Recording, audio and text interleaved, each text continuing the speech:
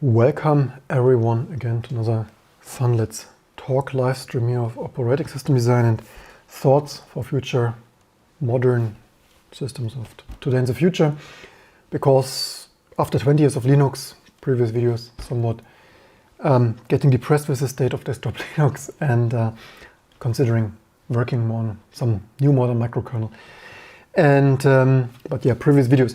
One specific aspect I wanted to discuss is actually sandboxing, because all the new systems, macOS in the last years and even Linux packages started to sandbox applications more and more because security and trust.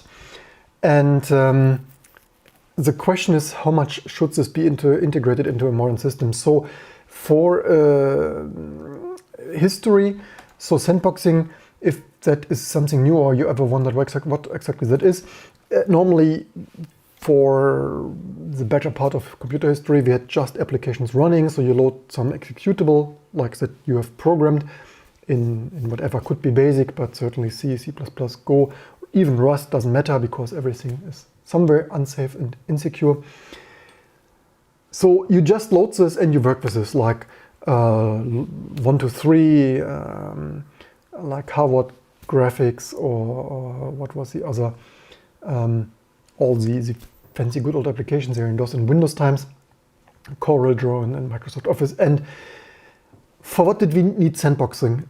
So sandboxing, I had here some stuff open. So according to some article, it has a history in some Hydra system at Carnegie Mellon University, origins in 1970s, even Hydra, exploring different computing structures, artificial intelligence applications like 1970s way, and now we have rounded rectangles. So traditional operating systems, one bad code can lead to system fail. Hydra, probably here this was not yet microkernel, so this was probably sandboxing in 70s, whatever.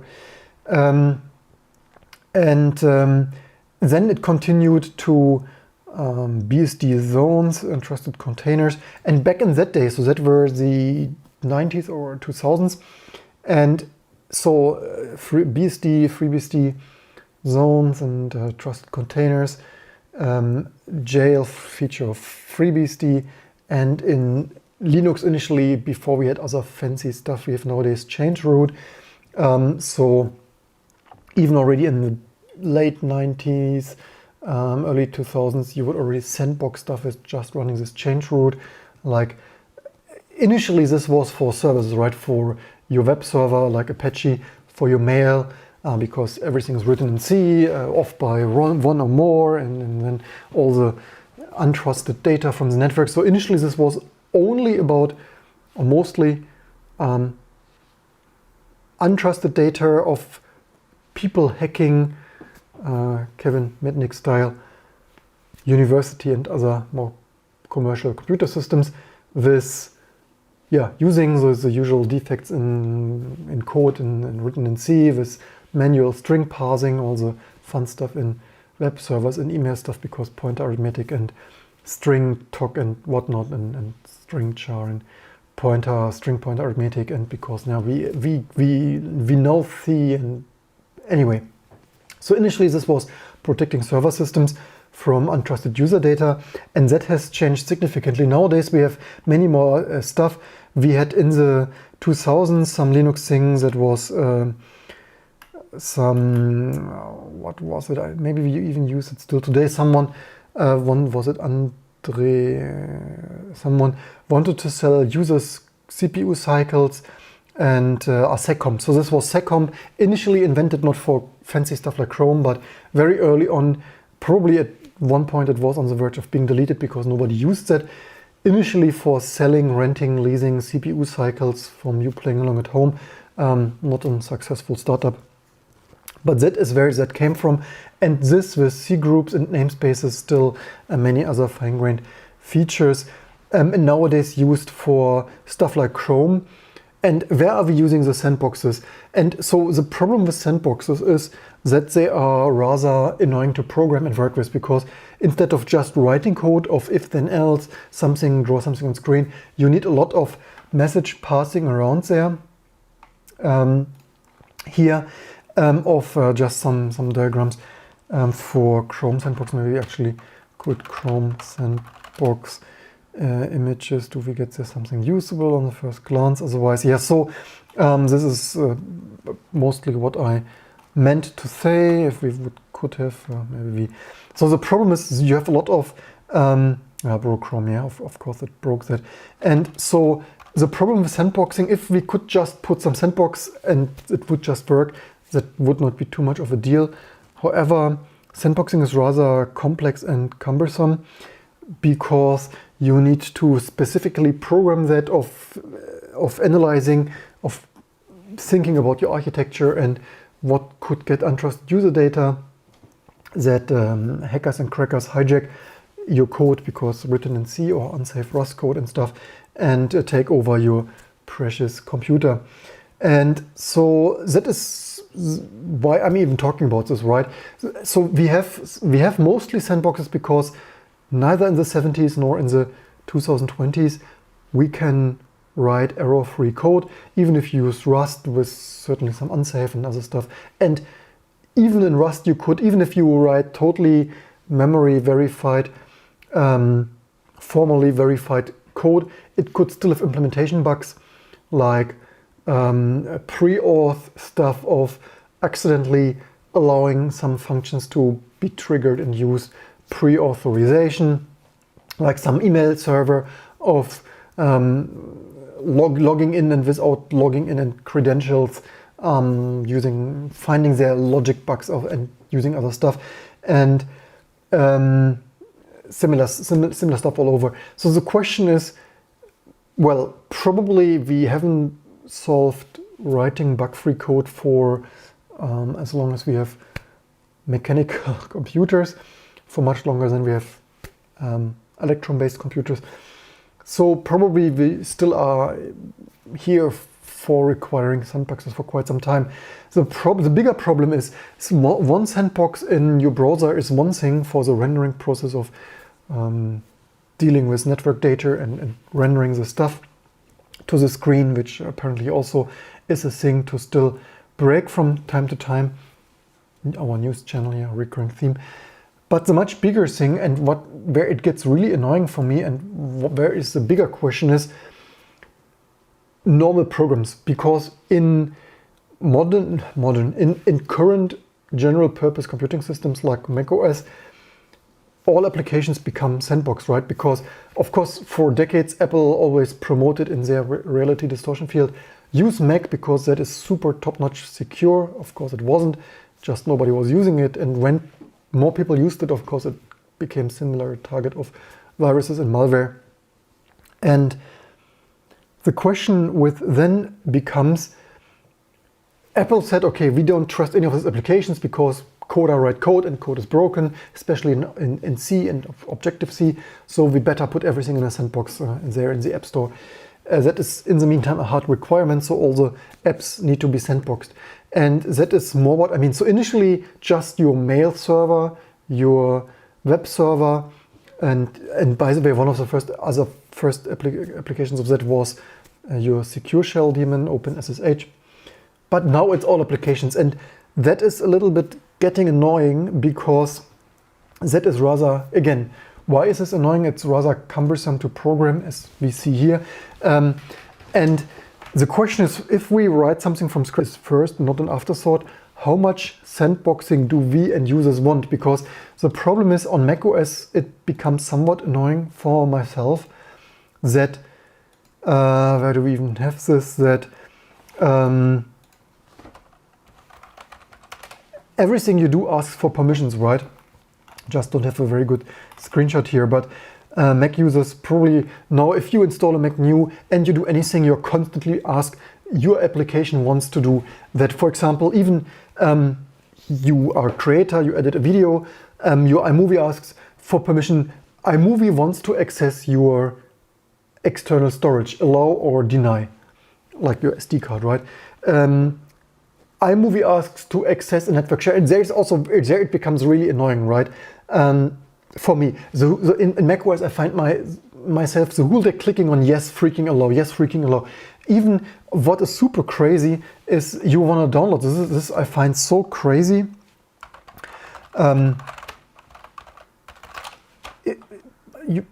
If you are no, this is, of course, you don't see this because do you want to allow downloads on Google.com? Yeah, right. You click something in Dropbox, in Gmail, on any other website, that even your browser, and this is a crazy thing, right? Some sandboxing, sure, because we can't program, we don't have secure languages. Some sandboxing, sure, but the Mac OS way really gets annoying. And so yeah, usability first and design and stuff. Some of the stuff I find really annoying. I mean, why does the browser need to ask for permissions to download? It's like, what the heck? I can only imagine that they thought that some website downloads something like some virus.exe or some virus.app, and then later you accidentally run it, maybe, or you know, this stuff hidden in ISO files and Windows screensavers and stuff.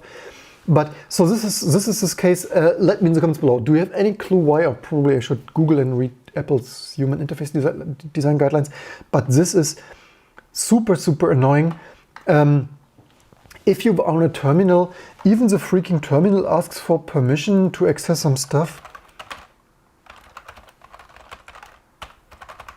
Like you change directory to your download folder. Yeah, like Adobe Lightroom would like to access your photos. It's like, yeah, thank you very much.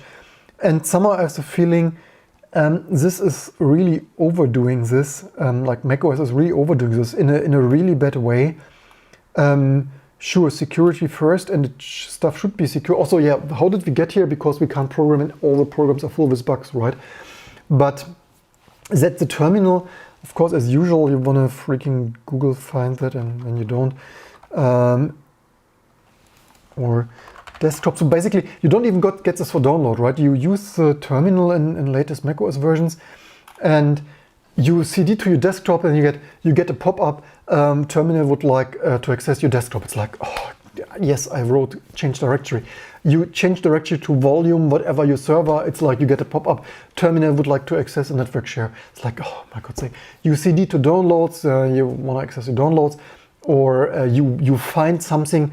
The crazy thing is, a lot of random stuff triggers this. So even if you access something in the macOS users preferences, it confused even myself the first time I saw this. So if you access something that's not like in some other matching list of stuff, it will show access the context, which is super. You want to find some file, you run in a terminal, you run find. Or any other application that is accessing some file, and you get accessing the context, which is super annoying and even misleading. Of course, as usual, terminal would access you. Yeah, also you like here ls. Yeah, this is one. Of course, you don't see this much because. So yeah, context is one thing, and maybe there's loads already. So yeah, my brainstorming is how much terminal is. This is exactly what I mean. Terminal or any other app would like to access your contacts, even if you just CD into preferences, downloads, external servers. Also, by the way, do you really want you plug in an SD card? You use a file open dialog. Do you really want to see Lightroom? iMovie wants to access your external storage that you just plugged in and open a file dialog somehow.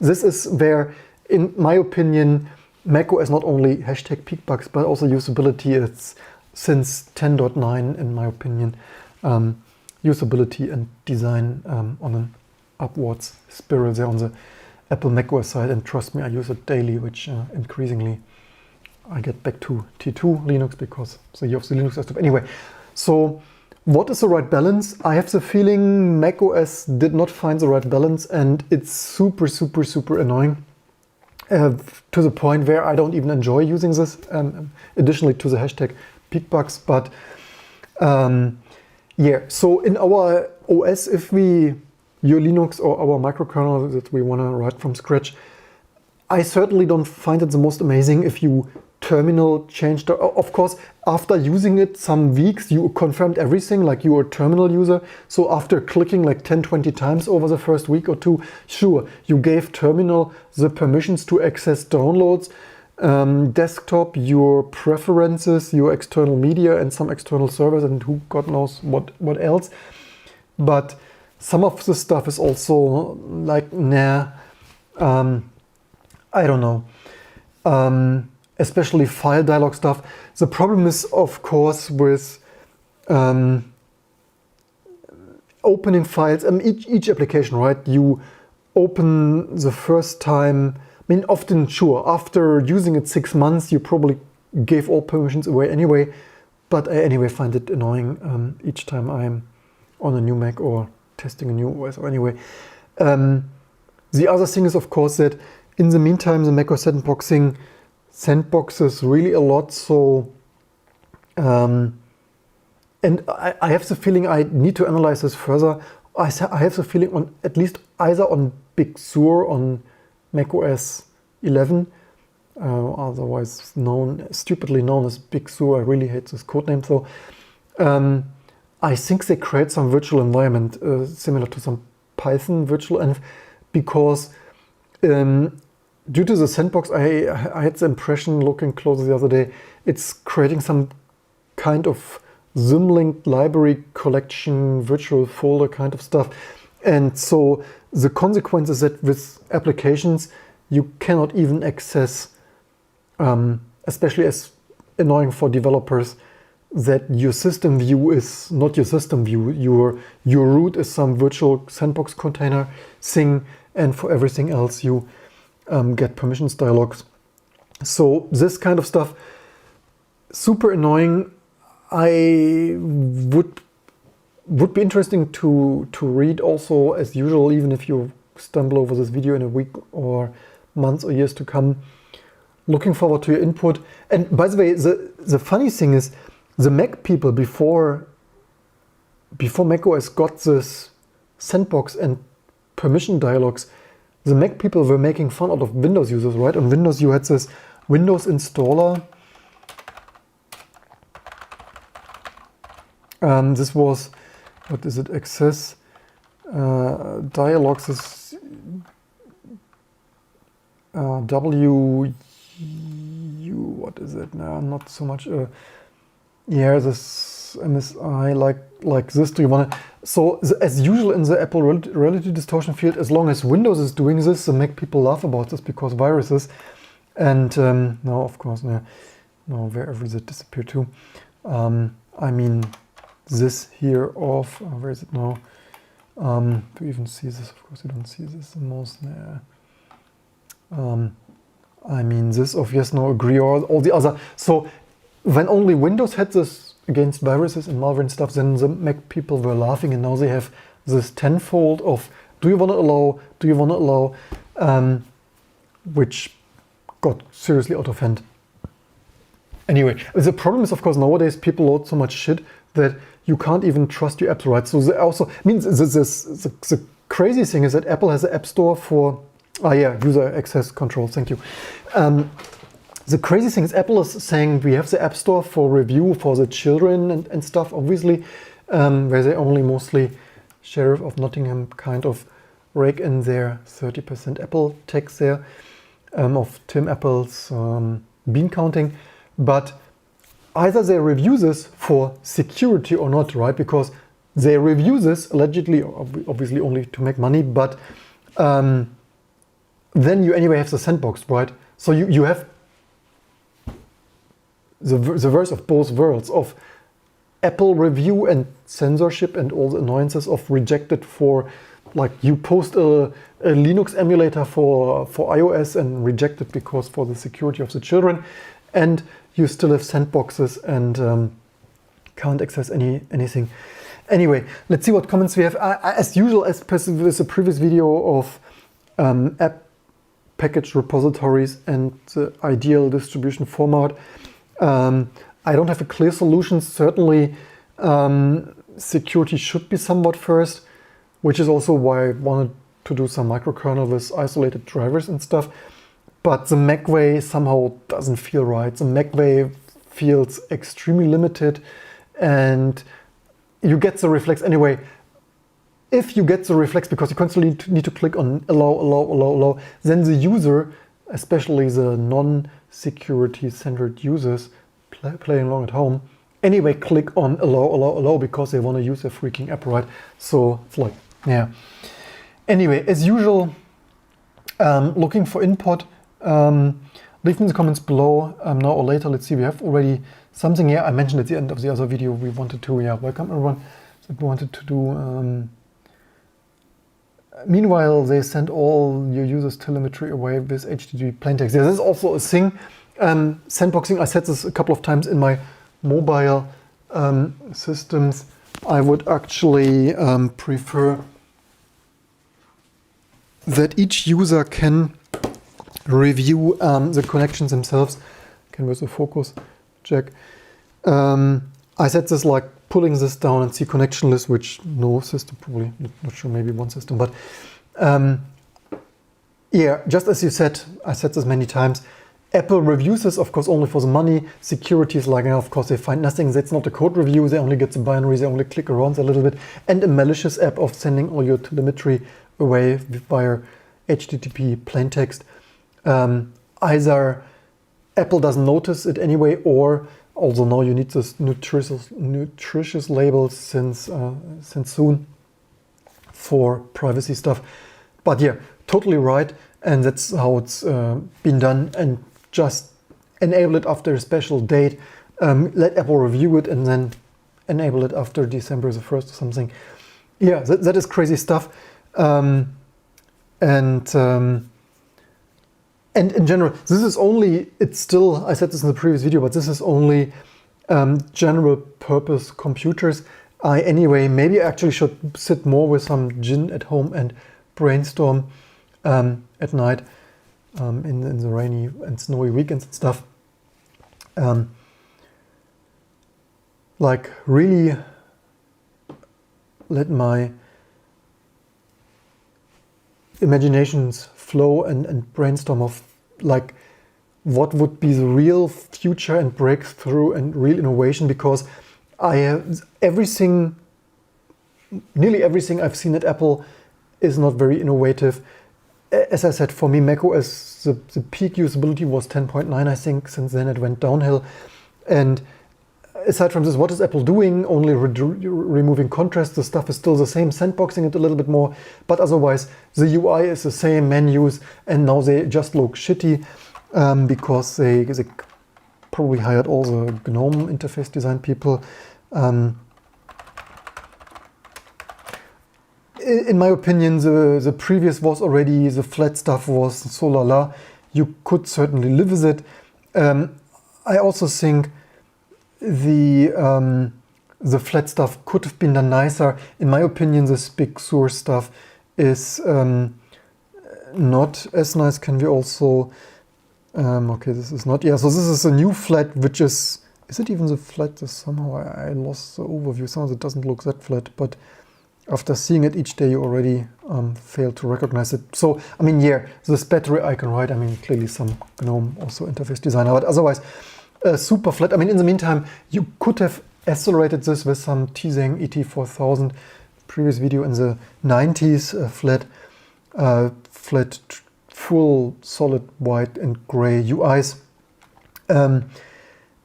Certainly, I don't want patterns like in the 90s that I didn't find the most pretty back then, but where's the innovation? It's still the similar buttons. There is very little change. Sure, they moved some stuff around, but at the end of the day, it's still buttons. They are only more flat now and have less contrast, and often actually, no, I take this back. They are often not buttons anymore. Now they are often just text that you need to try randomly and click around to find out whether something is a button or text. So yeah, many interface designer agreed already that this design-wise is a step back in so many of not obviously being able to notice what is a button and UI, active UI element, and not passively static text or something. Anyway, even Siri, if you come with Siri, first of all, Siri is one of the worst personal assistants, and it is a very, I said this many times, very static dialogue-based system of matching call and then some name, and it doesn't look very intelligent to me. And I made a video already previously that I used speech recognition stuff long before Siri and stuff in the 90s, and I made even 2 videos because I wanted to document how this was. My first speech recognition, 1998, IBM Via Voice or Via Voice or whatever, which were quite kind of okayish on 200 or so megahertz or 240 megahertz IDT WinChip. And then I made a second video of Dragon Naturally Speaking. Also, that is an earlier version that I once got on the Seabed from some colleagues there, software distribution salesperson friend, for free. I actually never used this. 2009 I said maybe that is cool. 2006 I said maybe it's cool on some Seabed. He just gave it to me to try what you software friends do. And yeah, spoiler alert, because I used Linux, didn't really ever use it much. But this Dragon Naturally Speaking from 2006, more or less what is Siri based on. And fun fact, initially Apple even licensed exactly this kind of engines from other people. But I only say this here because I'm truly aware that discussing not only low-level drivers and UI and sandbox and application stuff, it's not the most state-of-the-art research, but we are getting there, one video at a time. But because what many people don't discuss much, and what is the difference between development and research and status quo, is what could really be the next thing. Because so far I personally have not really seen the next big thing since the first iPhone. And the first iPhone, I had the Sony, when this first iPhone came out, Sony Palm Pre and stuff, right, which I didn't have, but not Sony Vario, M600i or something. And that was doing email and internet relatively fine. Well, internet's like, yeah, mobile internet. It was showing some internet, and in some ways, maybe writing an email with this hardware, like two-sided hardware buttons, maybe writing an email on this thing was even faster than on a first-gen iPhone with a bloody slow and no physical feedback touch screen. So Apple neither did invent mobile browsing nor mobile email. Not to say, yeah, Palm, Research in Motion there, and BlackBerry and stuff, and all the other feature phones that existed back in the day, just to throw you something. So even the first iPhone, of course, some innovation and touch and pretty looking stuff. Sure, something groundbreaking, not really. And this is also a little bit what the open source community is lacking, because mostly KDE and GNOME are trying to copy other systems. And there is so much in AI, and truly, like, very few people have really innovated the state of general purpose or other specialized computing in the last decades. And somehow I have not seen much innovation, and I would like to see more innovation again. And somehow, of course, there was some innovation in the 90s of microkernel isolation, even in the 70s of the first sandboxing here, allegedly, if I didn't close it here, at CMS, CMU, of, yeah, there were so many distributed stuff, and somehow the state of IT, to me, as seen in this video, is somewhat depressive, of hashtag peak bugs, hashtag security vulnerabilities, and somehow less amazing state of computing stuff. Of, yeah, what is the state of macOS is like, yeah, instead of getting your work done, you know, yes, allow, allow this download, yes, allow. It's, yeah, anyway, somehow. So to summarize this, my question is, what is the right balance of sandboxing? Is it really the right way to sandbox each application? And what is the golden way in the middle there? What is the best user experience? Of course, there are so many questions in between. Do we trust applications? How do we distribute applications? What do we trust there? What do we allow there? But maybe some stuff could be solved with UIs, in that if you plug in an SD card and click on import in iMovie,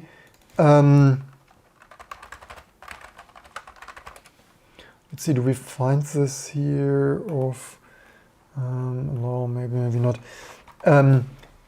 Maybe there shouldn't be a dialog if the user already clicked on some import button or so, maybe, because like clicking and then yes, freaking effing doing it, it's like, yeah, feels rather frustrating to me. But anyway, let's take a look at the comments. I'm, as with the other topic in general, always interested in your comments. And if you do research in this area, if you know good papers, maybe I should.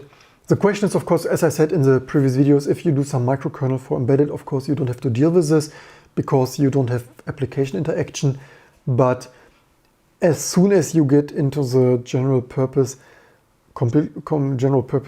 operating system for personal computers or similar such systems, then you, in this day and age with viruses and malware, are into this kind of territory.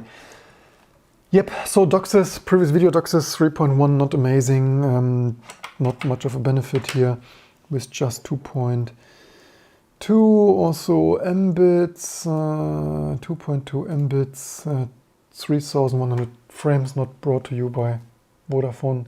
Failing garbage DOCSIS cable here,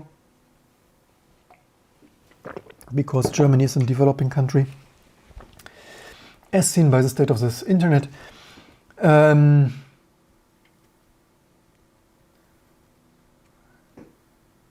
Guitar Matt comments, yeah, like more hoops to jump through. Somewhat makes uneasy when some random app just downloaded off them asks me if we want to give access to all my files. You would have these issues if you exclusively use free software from... Well, the problem is free software. If you just download some software, like you go to Linus Torvalds' personal website or so and download some diving application, it could also send all your precious data to Linus Torvalds, right? Or Richard Stallman's music application. So, and even if you download it from Debian, it might even be that nobody ever took a look there, because as seen with all the security vulnerabilities, there is something. So, but maybe the right, probably if we want to do it better security than most, maybe actually applications shouldn't be allowed to do anything, because that is a good point. I also don't like you download something and a messenger on Android and it wants access to whatever. Of course, I usually say don't allow until I really need to share something. Maybe a good thing would be allow nothing by default and ask the user, but not as excessively as macOS. Maybe a good way would be like for terminal, if there would be terminal would like to access files, allow this file, like not like yes, no, like allow, disallow, but to avoid this recurring confirmation, so that allow this directory, allow always, because typing away and constantly getting interrupted with this is rather annoying. Not sure what would be the best idea with websites. As I said, I would in general like to just slide down some detailed view and see the connections. But certainly your Instagram wants to connect to Instagram. Also, just Instagram, it could still send a lot of user interaction away, but Schreiberstein, the battery icon was changed in the final version. I'm certainly very well aware about this, but there you see Apple's management and quality standards at work, and under Steve Jobs this icon would have never shipped. And by the way, they had a really nice icon. I also don't understand big corporations. So with me this icon would have never shipped. That is, even I would not have drawn such a bad icon. But they had a super pretty icon here in their EFI BIOS for battery stuff that looked amazing already 15 years ago. Of course, you Google it and you don't find it. But you wonder, why do they need in 2020 draw a new completely ugly icon when they had a super amazing icon already in 2006 or so?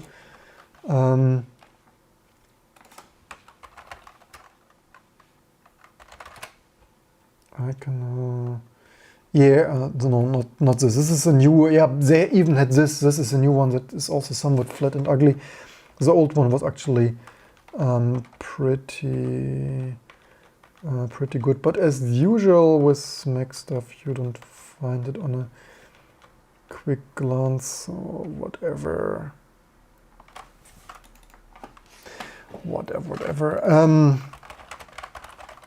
Anyway, they should never have shopped this. Nobody should have ever drawn this.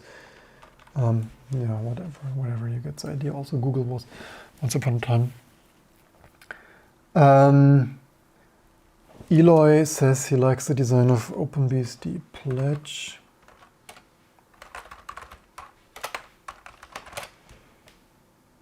System call. Restricted service operation mode, few subsets are roughly described, computation, memory management, read-write. Use of pledge in an application will require at least some study understanding the interface code. Reducibilities further, but abilities never regained. Yeah, never regained doesn't work. So this only works for stuff like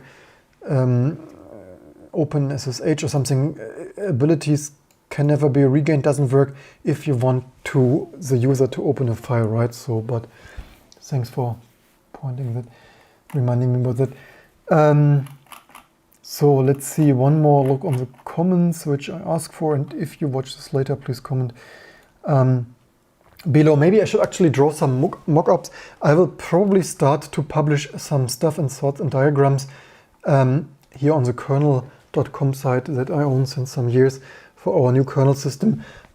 Maybe some UI design stuff and sorts. And if you're interested, also we have this Discord channel, which I probably could recurrently remind, because after each of those videos more people join, which is also amazing. So invite if you want to join that. That would be that. Does it also freaking copied? So yeah, let's see what else did we had here. People will become blind to this warning and just accept. Yeah, just as I said, latest Android 11 actually has timeout on permissions. If you haven't used an app for 1 month, it will auto reset permissions. Okay, interesting. Didn't hear that. Sounds annoying though. And what else did we had? You would not have those issues. Free software had this better. Android has an option to allow, say, one file. I don't think Android has an option to say one file. Yeah, this is also really annoying. So with big mega corporations, also recurring theme of criticizing big mega corporations such as Microsoft, Google and Apple, because in my opinion, a lot of stuff they do is really ugly, annoying, outdated, not state of the art. And also documenting here, because if I just talk about this with my computer scientist friends and neighbors and stuff, then you can always say, I said this already 10 years ago with this channel. Not only do I want to discuss stuff and innovate more and foster innovation, but also document this stuff. Also that small companies and small creators and computer science researchers are more innovative and creative, because this also annoys me quite a heck on Android, that if you open something like Instagram or Signal, would like to access your photos or documents and stuff, it's like Yeah, but not all of it. I want to one file now. So it would actually be, this is also Android 11, right? And why I actually, yeah, why do I not work on Android? Because this code base is just humongous and I'm not the greatest fan of Java.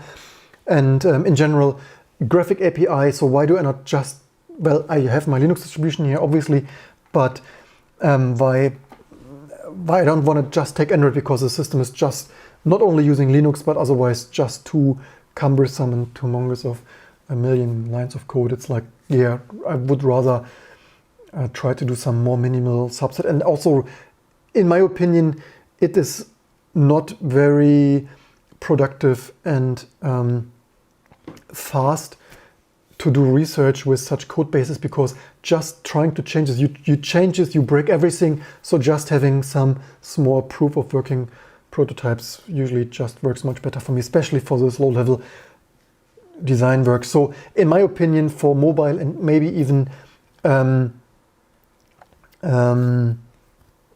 mobile and desktop systems, as I said previously, allow the subtree, allow or deny, maybe even deny and report, like to report to the App Store that this is freaking annoying and the app is probably doing something it's not supposed to do or something. But as I see in the comments, on Android, share, like allow this application to only access this one file that in this moment I want to share there with some other person, would probably be pretty useful and more amazing than the current state of affairs.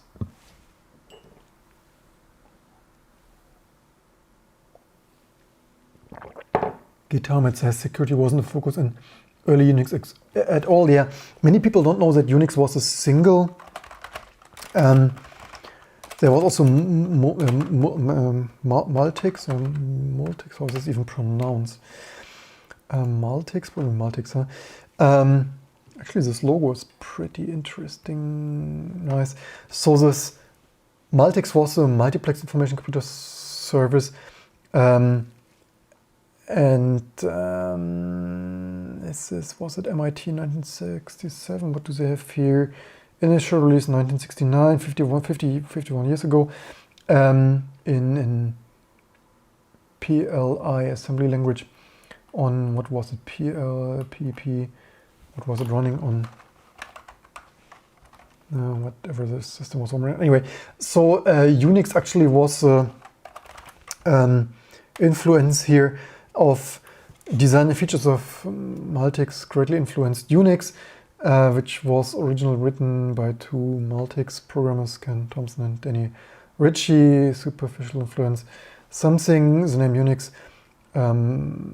Unix is itself a pun on Multics. U in Unix is rumored to stand for uniplexed as opposed to multiplexed. Underscores the design, reject Multics complexity. Also, like, yeah, Unix rejecting complexity, right, in favor of more straightforward. Also, yeah, probably something that I would want to do, of rejecting complexity of systemd and pulse audio and whatnot. And soon here, live on this channel, demonstrate and prototype more of rethought mighty kernel and more modern design stuff of, in case you were wondering. Do they also have links this here? Anyway, that's mostly it for this video. I hope you learned something. Do they not have links as not external link? Anyway, let's take a last look at the comments, and I really need to go home because this was initially intended to be used inside there, including something characterized as modular design, something called Unix philosophy of, yeah, modular design, Unix philosophy of systemd, and thank you very much. Whatever, something. So it was originally meant as convenient platform for programmer systems, yeah, and then as usual, system grew larger because started to add features and stuff. And anyway, let's see. Yeah, not the biggest security in mind, but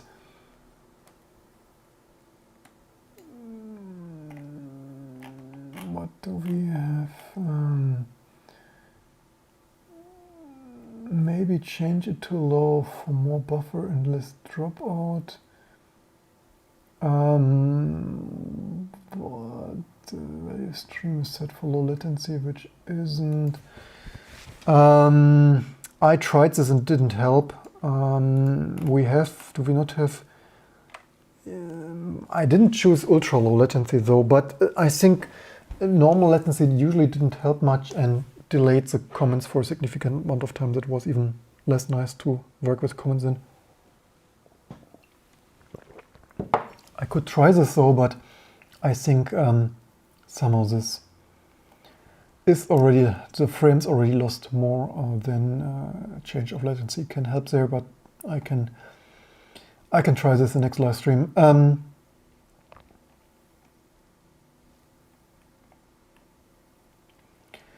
So guitar mat says mini resolution don't have to be paranoid if you need a trustless system. Schreiberstein, maybe someone at Apple lost a bet. You probably still talk about this battery icon. I don't know. It's anyway. For me, seeing this.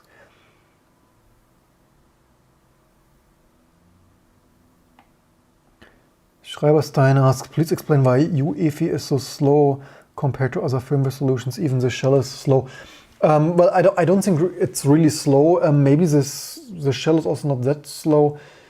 Maybe it feels slow because the graphic redrawing is unaccelerated, similar to the Linux frame buffer now.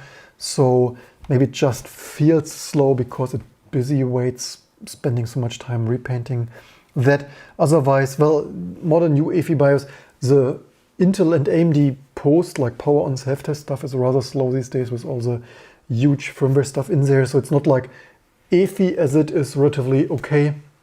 Just spin up a QEMU virtual machine.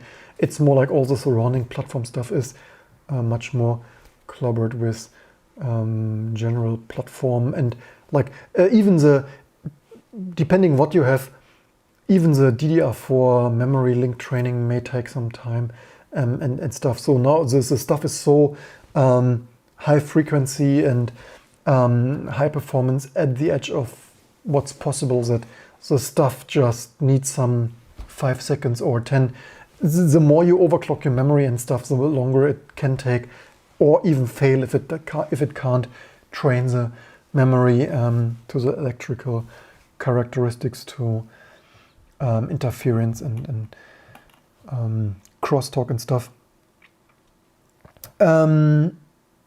Guitar says Multics is absolutely fascinating. This video of Ken Thompson explaining Multics and how it failed. Yeah, similar probably to this videos trying to explain why, or trying to find out why the Linux desktop fails. Anyway, I hope you learned something.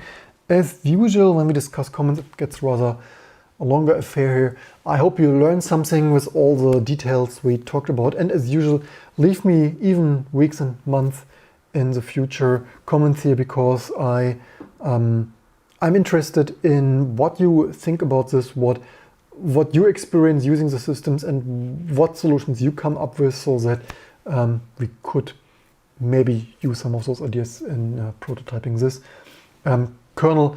And I will, with this, of course, first have some early boot enablement for various platforms and Hello World stuff. But I will probably also, as seen in the previous videos, we made videos hardware isolated S3 Verge, other much older ISR and S3 stuff, but also Voodoo, Silicon Motion Link 3D, Revolution number 9, Revolution 3D, Matrox Pyhelia, and we will also continue with this. So not only PS3, RSX, but also NVIDIA, regular NVIDIA cards, and ATI Radeon, and Intel and VR coming sometime soon, maybe this winter or next year, so that we will have some microkernel with some non-X and non-valent and truly from scratch minimal and microkernel based UI stuff, and also prototype some of the sandboxing, depending on, I will continue brainstorming, probably time for some gin and cold winter days. And also, because this is the point of this fun little ride here of implementing stuff from scratch in more minimal usable ways and trying to create hopefully even better solutions. And Apple has there with macOS, which unfortunately don't consider the state of the art in user interface and experience. Anyway, that's it for today. I hope you learned something. Don't forget to share, like, and subscribe, and I hope to see you soon for all this fun videos and work to come.